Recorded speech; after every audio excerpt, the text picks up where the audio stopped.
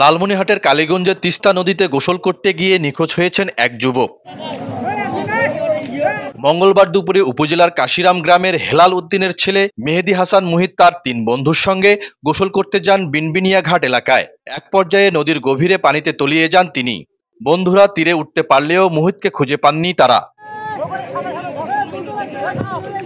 স্থানীয়রা জানান, চীনের একটি বিশ্ববিদ্যালয় থেকে সদ্য অনার্স শেষ করে দেশে ফিরেছেন মুহিত। পরিবারের সঙ্গে সময় কাটাতে কয়েকদিন আগে বাড়ি ফিরেছেন তিনি। কয়েকটা ছেলে আমাদের তিস্তা নদীতে মাছ ধরতে আসে, নদী সাঁতার দিতে যে একজন ডুবে বাসা যাচ্ছিলাম, হঠাৎ করে ফায়ার সার্ভিসের সামনে মুহিতের একজন বন্ধু রিফাত বলতেছে, ভাই এরকম পানিতে ডুবে গেছে। পরে ফায়ার সার্ভিস, আমরা ওর বাসা যাই, ওর মাকে বিষয়টা অবগত করি।